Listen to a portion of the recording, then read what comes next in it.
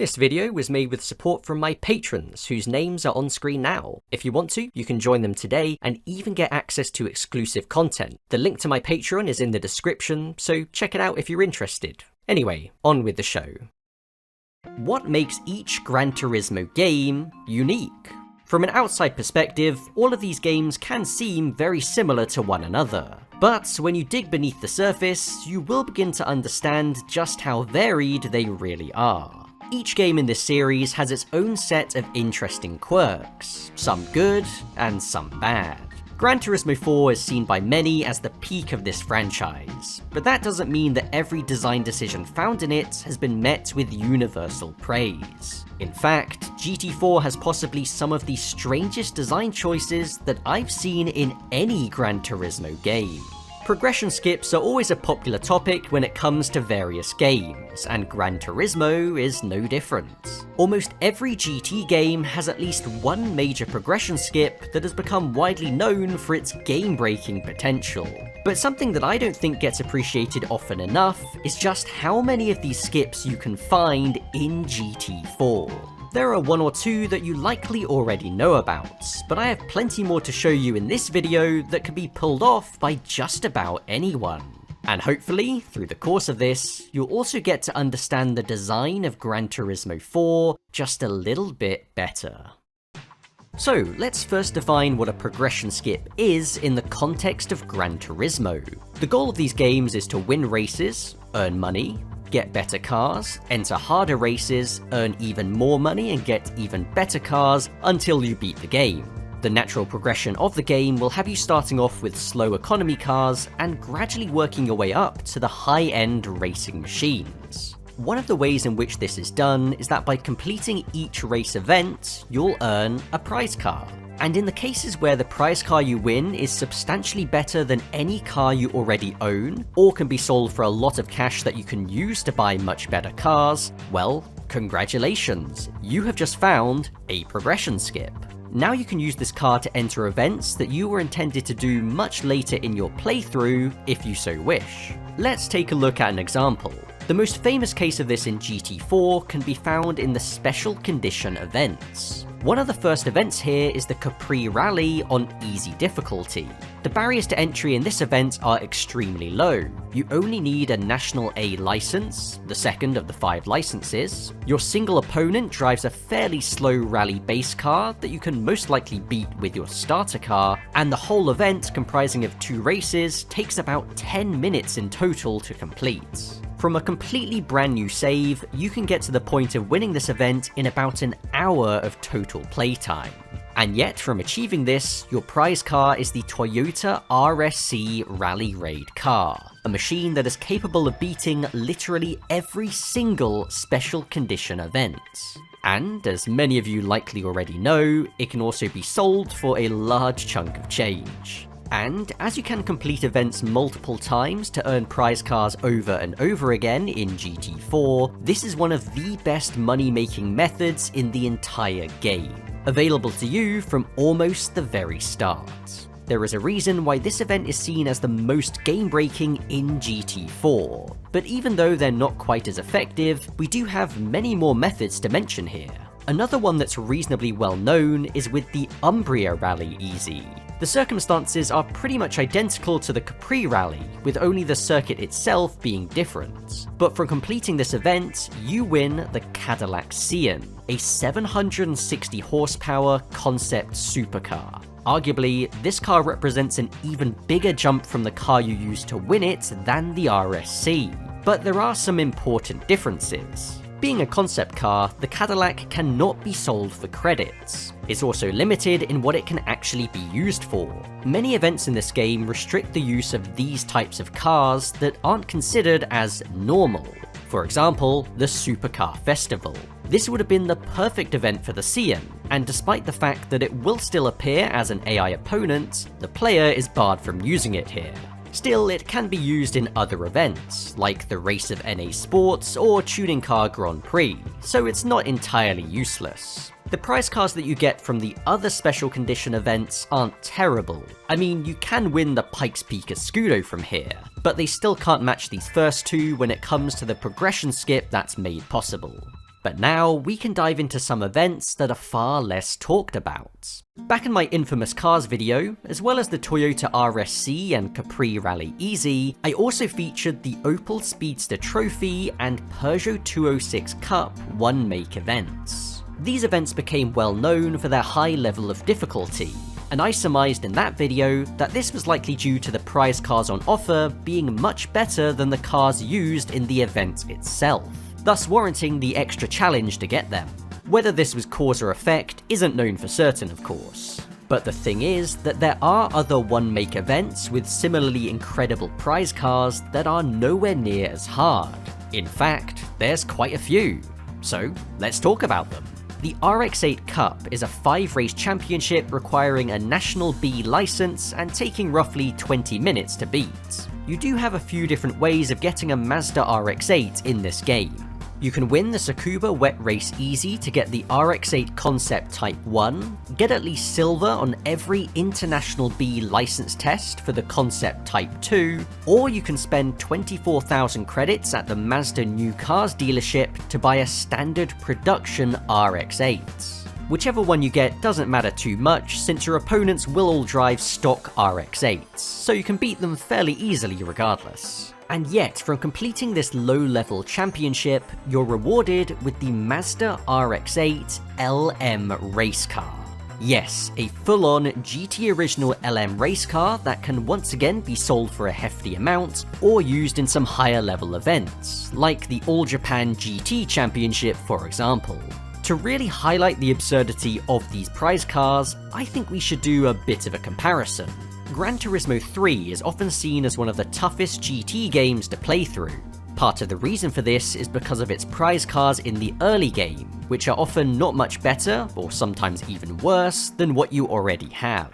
With the exception of the Endurance League, GT3 is pretty much bulletproof when it comes to progression skips. Let's take a look at an example: the Altezza Race Championship in the Beginner League. Here you'll come up against a field of tuned Toyota Altezzas boasting close to 300 horsepower, so naturally you will have to upgrade your Altezza to be competitive.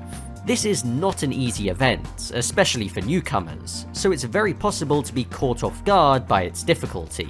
For winning it, you receive either a 6th generation or 7th generation Toyota Celica SS2. Cars that would be comparable in performance to a stock Altezza, but after tuning yours to complete the event, they would now be noticeably slower. As luck would have it, GT4 also has the Altezza race events. Once again, it's 5 races, although now single races and not a full championship. But the big difference is that the AI opponents are now driving stock cars. You can pick up a basic Altezza/Lexus IS200 for a little over 20,000 credits, and after winning the 5 races, you're rewarded with the Altezza LM race car. So, in summary, the event in GT4 is noticeably easier than in GT3, and the prize car is also far better. It's a bit of a running theme. Next up, let's take a look at the Subaru one-make event, the Stars of Pleiades. It's a 5-race championship, but this time the AI cars are somewhat upgraded, each coming in at around 350 horsepower. As for the prize car, given that the RX-8 LM was given for the RX-8 Cup, and the Altezza LM for the Altezza race, what do you think they gave for this one? The Subaru Impreza Super Touring Car. In GT4, you can pick up an older Impreza for around 10 grand if you're lucky, and you'll need to spend maybe another 10 at most to make it competitive. So once again, this represents a massive jump. Tourist Trophy is another event returning from GT3, and you can probably guess what happened to it. The GT4 version is 3 single races, whereas it was a 5-race championship in GT3, in both the beginner and amateur leagues. The former gave out another TT, but in some special paint colours, whereas the latter gave the Audi S4. In GT4 though, you get the Audi Le Mans Quattro. Much in the same vein as the Cadillac Cian, this is a 640 horsepower concept version of what would go on to become the Audi R8 road car. Also like the Cian, that means it's limited from certain events, like the Supercar Festival, but is still a very good car all round. you can get a TT either from the Audi New Cars dealership, or occasionally from the late 90s used dealership for around 24,000 credits. In an event that takes just over 10 minutes, you can go from an entry-level sports car to a V10 powered monster. But speaking of V10 powered monster, that leads us on to our next method. The Chrysler Crossfire was a new addition in GT4, and it too has its own one-make event, the Crossfire Trophy. It's the usual story: 3 races, stock opponents, and one hell of a prize car.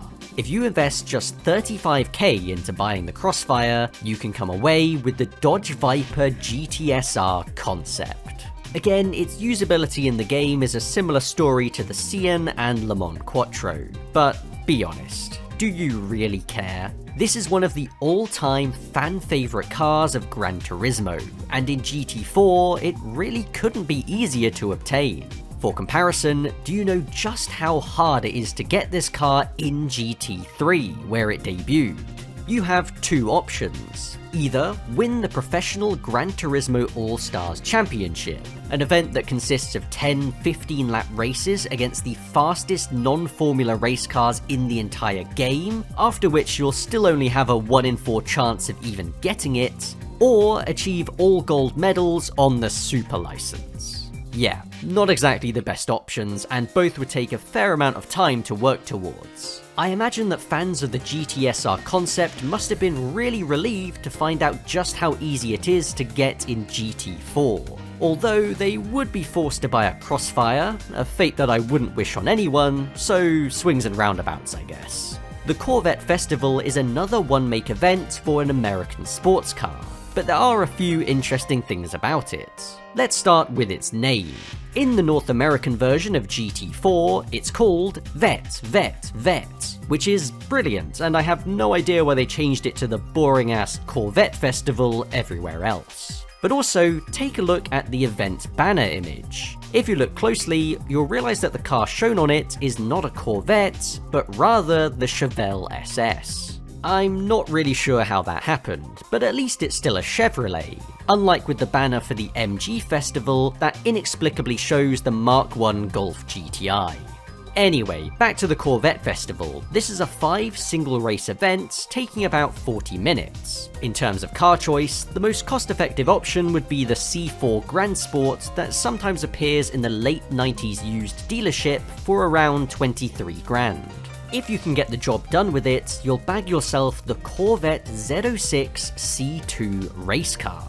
Now, you might not think that a classic American race car would be super useful in the grand scheme of things, but this car is seriously quick in GT4. Its 600 horsepower and low weight of 1168 kilograms makes it quite formidable, and even a solid choice should you decide to use it in the All-American Championship.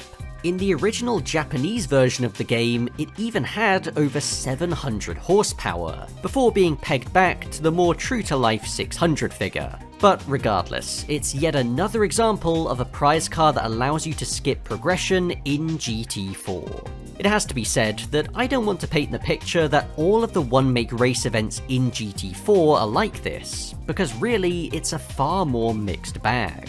As I mentioned in my video about the worst prize cars in Gran Turismo, some of the one-make events in GT4 do follow the trend set in GT3. This relating to prize cars that are kind of bad, and sometimes literally the same car you just used to win it, but in a special colour.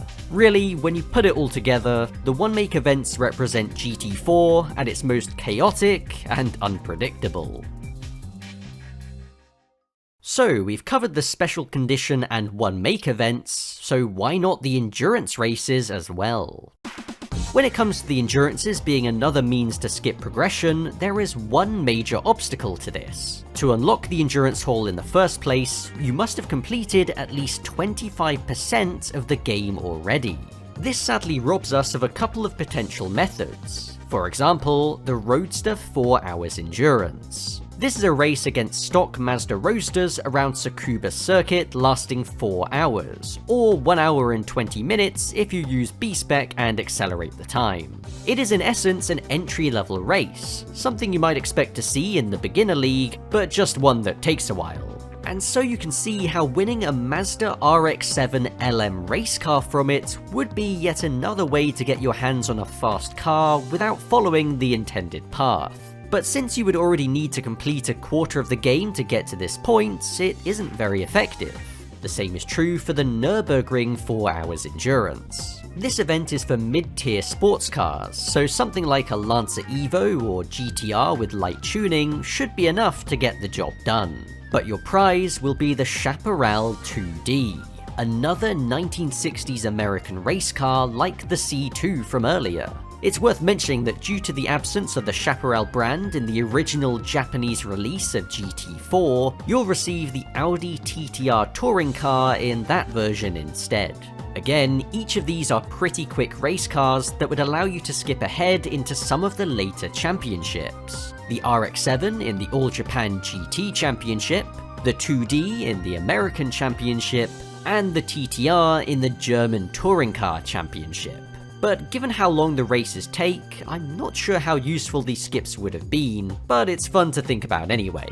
There is one endurance race, however, that still manages to be game-breaking despite the obvious limitations. Really, no other event in GT4 can match the Capri Rally Easy in terms of its game-breaking potential. But if there is one that comes the closest, I'd say it's probably the El Capitan 200 miles. This race takes just over 2 hours to finish, and you'll be up against some pretty quick sports cars. The Motorsport Elise in particular is absolutely rapid, as it's tuned up to close to 500 horsepower and weighs only 700 kilograms. And yet, the prize you receive for winning this race more than makes up for the difficulty.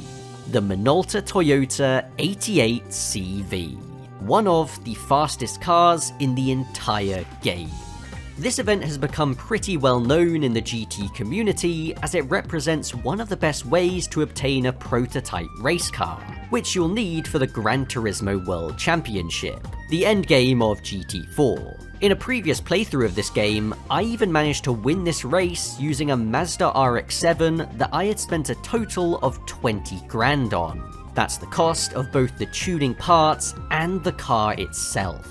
So yeah, you can only imagine the ramifications of this event if the 25% completion clause didn't exist. But now, let's talk about the regional events. GT4 has 3 different leagues of regional events, one each for Japanese cars, European cars, and American cars. In each of these leagues, we can once again see some interesting design decisions. Let's start with the Japanese events. Something that's interesting about this league is how it's structured so that each event leads directly into the next. Clearly, the All Japan GT Championship is the marquee event, but how do you get there?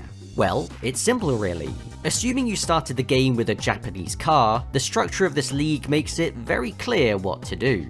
Firstly, is your car from the 1980s or 1990s? If the former, then you can enter the Japan 80s Festival, and if the latter, then the Japan 90s Challenge. If you are using your starter car, then it will probably require a bit of tuning to be competitive in either, so you might have to do a few other races first. But once you are able to complete either, you'll receive your prize. For the 80s event, the Mitsubishi HSR2, and for the 90s, the Nismo 400R. Of course, the Nismo is the more preferable of the two, but with either, you should now be able to complete the Japan Championship against mid-tier sports cars with a decent amount of tuning. And after clearing out this championship, which takes roughly just under an hour, you'll be rewarded with the Nissan Fairlady Z Concept LM race car. This car is more than enough to crush the All Japan GT Championship with ease. So, you can see how this league has been structured so that in just a few hours of gameplay, you can go from buying your first car to completely dominating a championship for fully fledged race cars. Once again, if you compare this with GT3, it's obvious just how much the experience differs between the two games. In GT3, not only will it be much tougher to work out a good path into the later game events, but even if you already have a route planned out, it will take you a lot longer to execute than this method from GT4. The American haul is also similar in this respect. The pivotal event here is Stars and Stripes, a set of 3 single races. This event is also in GT3, firstly in the Beginner League, where you win a Camaro SS, and the Amateur League, the Spoon S2000 race car. GT4's version is closer to the Amateur League one in terms of difficulty, but your prize is the Camaro LM race car. Yet again, this represents quite a jump from the mid-tier sports or muscle car you'll need to complete the event, and sets you up nicely for the All-American Championship. It's worth noting that for some reason, the prize money per race between the All-American Championship and Stars and Stripes events is the same, with Stars and Stripes even requiring a later license than the championship featuring high-end race cars. I assume that this was most likely an oversight, since there's no reason why this should be the case, other than the prize car being significantly worse. But to complete the trio, let's head over to the European Hall. I think the European events are some of the most interesting in this game, since there's quite a lot of variety both in the events themselves and the prize cars. In terms of the marquee events, that's sort of a split between both the Pan-Euro Championship and the German Touring Car Championship. In both cases, the prize car on offer represents a decent step up from what you have to use. The German Touring Car Championship uses DTM machines, but gives out the Mercedes CLK LM. And the Pan-Euro Championship features high-end European sports cars, but rewards you with the Jaguar XJ220 LM race car. I'd argue that the Pan-Euro event is the only one that really offers a major progression skip, but the DTM event is also pretty good and a great way to grind money, even better than the Capri Rally when done with B-Spec. But I feel like there are some even better examples of progression skips found in the European events. Let's start with the Schwarzwald League A, an event specifically for German cars. You'll be up against stuff like the BMW Z4 and Audi S3, so within the European Hall, it is an entry-level event of sorts. And despite that, after beating these 3 races, you're rewarded with the BMW M3 GTR race car. Just normal GT4 things. What's even stranger though is that there is a second event for German cars, Schwarzwald League B. This event is distinctly tougher as it's intended for more powerful cars, consists of 5 races, not 3, and requires an international B license rather than just a national A. But for whatever reason, the prize car you're given is worse than in League A, the Mercedes 190e Evo 2 touring car. I mean, it's not that much worse, but still, what a weird decision. The only advantage of the 190e compared to the M3 GTR is that it can be used in the German Touring Car Championship, but it's not the only event where you can get one of these cars either.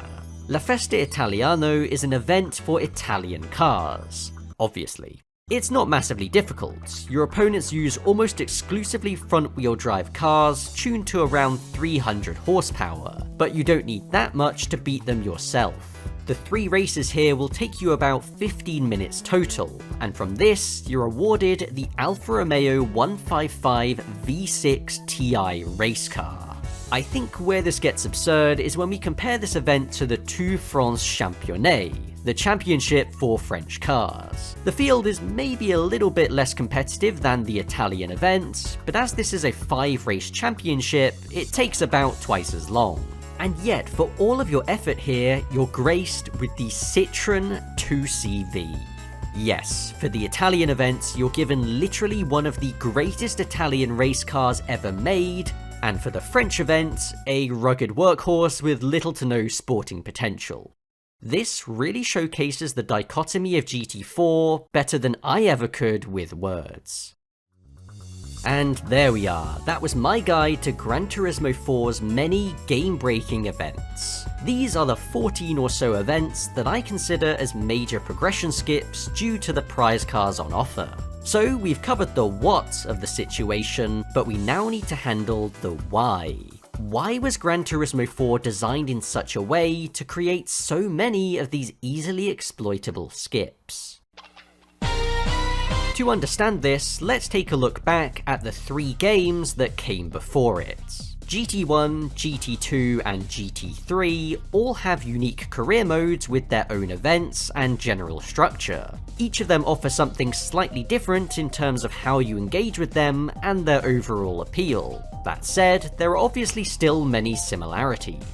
Something important to consider is that in each of these games, every single race event, except for the GT World Championship in GT1 and GT2, is unlocked from the very start. The only restrictions being to have the necessary license, something that can be acquired at any time, and of course an eligible vehicle. GT4 on the other hand is slightly different. The game introduced what I like to call artificial progression roadblocks. In fact, I've mentioned one example of this already, the requirement to complete 25% of the game before being able to access the endurance races. Ultimately, this requirement is fairly arbitrary. If you meet the license requirements and have an eligible car, i.e. the natural progression roadblocks, then why can't you enter the event? Why does it have to be 25%?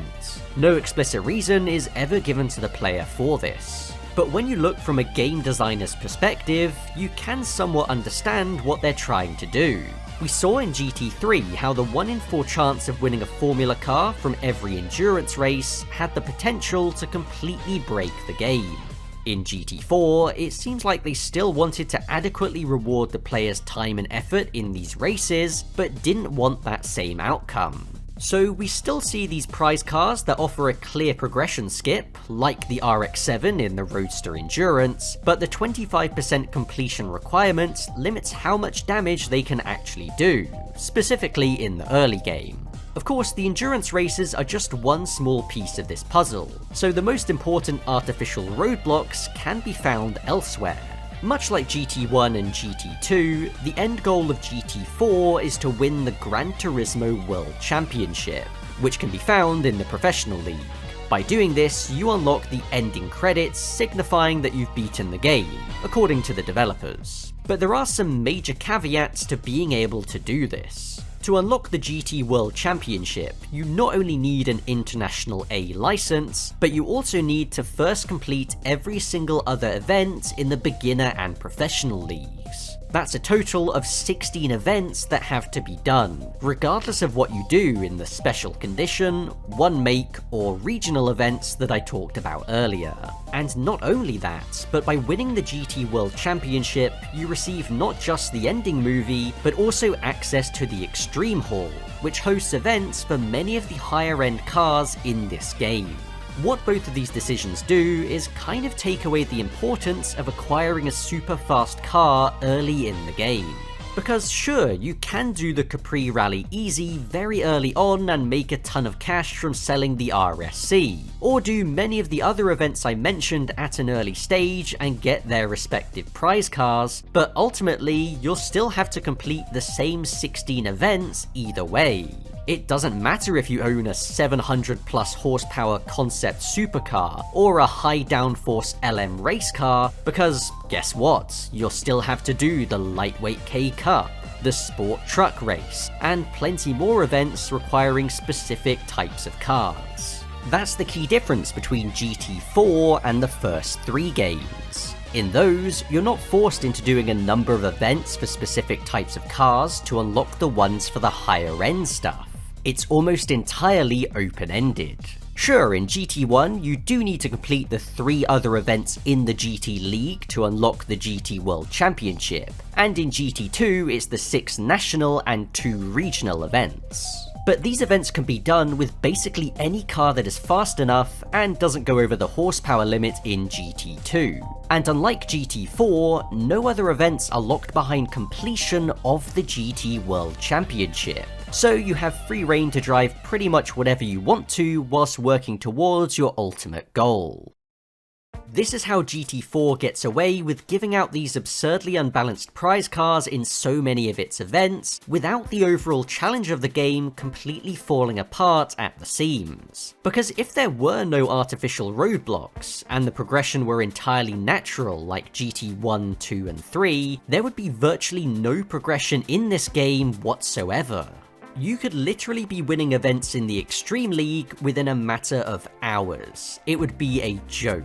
And of course, Polyphony realized this and wisely put these restrictions in place, because without them, it would be GT7 levels of unbalanced, if that's even possible. Although there's no way to prove it, from my point of view, it seems pretty clear that the overpowered prize cars came first, and then the roadblocks second to counterbalance them. Ultimately, no one was forcing them to give out these prize cars. They could have continued down the GT3 route of being more reserved with them, and there would be no need for these superficial restrictions. But it just seems like this is what they wanted to do. And when you consider that many of these prize cars are vehicles that are new to GT4, you can see what type of experience they were wanting to give with this career. As I said, GT4 was the first Gran Turismo to have these sorts of restrictions when it came to progression in the career. But it wasn't the last. Both GT5 and GT6 would also do this, but in different ways. GT5 with its level system, and GT6 with its stars. But even still, neither system felt all that necessary in the same way that GT4's did. In GT5, the level system not only restricts which events you can do, but also which cars you can even own. Every car has a level attached to it, and naturally, you aren't allowed to buy cars that have a higher level than you do in A-Spec. But this also means that events will only give out prize cars with a roughly equivalent or even lower level than what you already have. And so, the completely busted prize cars of GT4 became a thing of the past. With GT6, the level system was gone, but the star requirements came in to replace it. In practice, all it really does is keep you capped in a specific league for a bit longer than you would ideally want. But even if it didn't exist, as GT6 is so stingy when it comes to prize cars, there isn't much scope to jump ahead. And even if you could, as you only win a prize car by first earning at least half the stars available in that league, being able to win 1 or 2 events in the tier above where you should be wouldn't make a difference anyway. So really, GT4 is kind of in a unique position when it comes to this. As I said, almost every Gran Turismo has at least one exploit like this. In that sense, you could argue that GT2's progression is even more broken than GT4's, as it has one very well-known easy skip that, in just a handful of races, allows you to win a car that is capable of beating the GT World Championship. But when it comes to the sheer number of events and their respective prize cars that make these skips possible, GT4 is surely in a class of one. As I've shown extensively in this video, the skips found in this game are more than just the odd anomaly. They represent a clear trend and design direction. The purpose of this video is not to criticize GT4 for these choices, but rather highlight what it does differently and try to explain why. I can't begin to tell you how many times I've seen people hold the sentiment that GT4 is basically just an improved GT3 with more stuff. And that's it. Because when you really dig into these games and understand how they work, you quickly realize that even the ones that look similar on the surface can function in completely different ways. And the structure of GT4's career is just one of the things that makes this game unique. So regardless of whether you think GT4 is the best in the series, or it's a game that's just never really clicked for you, hopefully you've been able to understand why that is just a little bit better thanks to this video. As I've said many times before, GT3 has my personal favourite spin on the Gran Turismo career, and being honest, I would have much preferred GT4's career to be in a similar vein. But that's not to say that I can't understand why they made these changes, and how, in some ways, it does benefit the experience for many people. Whilst the fact that the game gives you so many opportunities to skip progression may seem like an area of exploitation for more experienced players, for others it may just be the reason they need to see it all the way through.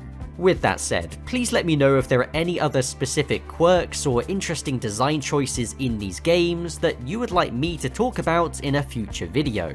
At the very least, I hope I've showed you all some cool events to try out in GT4 if you haven't already. So, give them a go and see where they lead you.